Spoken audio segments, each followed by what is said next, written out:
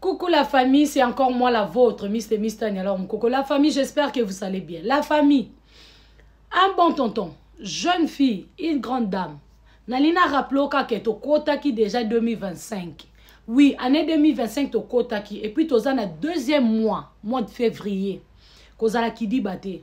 Kolanda ba distraction te. Ozane loko mobo o linganzamba saila. Ozane loko mobo il faut atteindre objectif moko boye. Zala déterminé. 2024 loba ki ke 2025 et ozala nanga ya boya. Kokota na distraction en janvier te pour perdre. Février okoki ko rattraper. Na ina pesa yo astuce moko, na ina pire mo technique moko o eko sunga yo. Nga esunganga plusieurs fois et continue à pe ko sunganga. Voilà.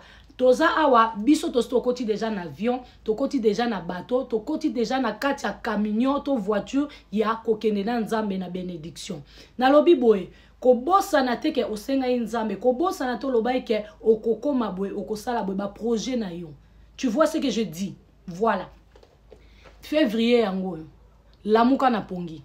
Na pesio astuce o ekosunganga esunganga et salama ya ebele. Mais est-ce que astuce il faut tcha suko foi. Il faut tcha foi que ekosimba avec Dieu. Parce que sans Nzambe toko salelo omote. Il faut tcha toujours Dieu dedans. Na sala système moko boye. Chaque année nazalaka nazwaka papier nanga. Nazui papier moko ya propre duplicataire, nazui na stylo nanga. Na komaka lettre. Ezaka lettre moko ya demande ya ngai mwana vis-à-vis na mokeli nanga na papa na ngai otolobi nzambe. Ozui papier no bonde po nango. Obandi ko taisa nzambe ba état de besoin na yo. Parce que aza papa, aza nzambe.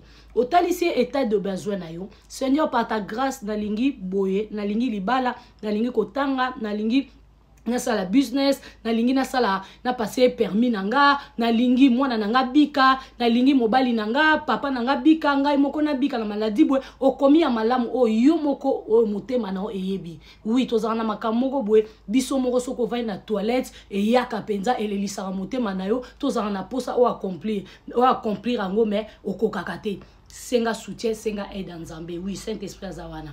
Okomi tango sisi kokoma na senango faut tromba toujours que posa ya nzambe, nzambe alingaka intérêt na ezala. Okomi ke Seigneur soko salelinga biloko nyonso na kozanga te na ko bénir, to na kozanga te na ko témoigner gloire na po alingaka gloire na ye parce que lui partage pas sa gloire, a partage la gloire na mutute. Azaka le Dieu jaloux, alingaka gloire na tikala ya ye moko bo nzambe parce que azo mériter gloire. Yebisa ke oko témoigner ye, yebisa ke oko bénir pour ko pambola batu misusu ki e pa pamboli yo. Ozo comprendre, oza na posa mwana, oza na maladie nyonso ya yo ya muki.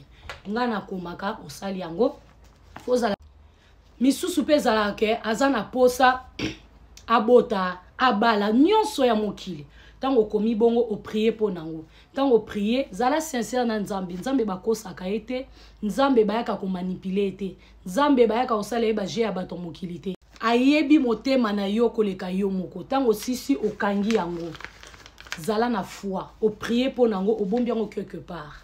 À chaque fois likambo e bando salama na vie na yo soko moni eloko moko senga kiye e salami OK place wana au barré yango OK place wana au barré ti aussi sa année 2025 ti aussi sa année 2025 au mona ba posa na yo e ko sala accompli soki ba posa na nyonso eza accompli te ko se déranger te souka nango e koko kisama po azalaka il est ni le fils de l'homme pour se repentir. Il est derrière sa parole pour l'accomplir.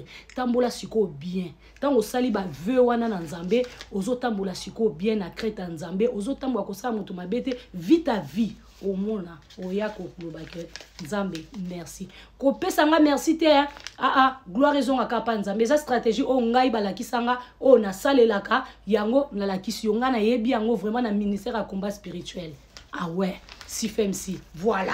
Wana nde place na yebango et puis na koma osala on po na za mutu akuna na sambela akuna. OK?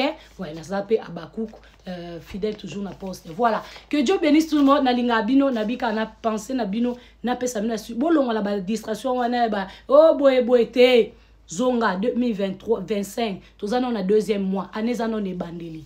Ko bungisa bénédiction na ote. Voilà, bisous là-bas.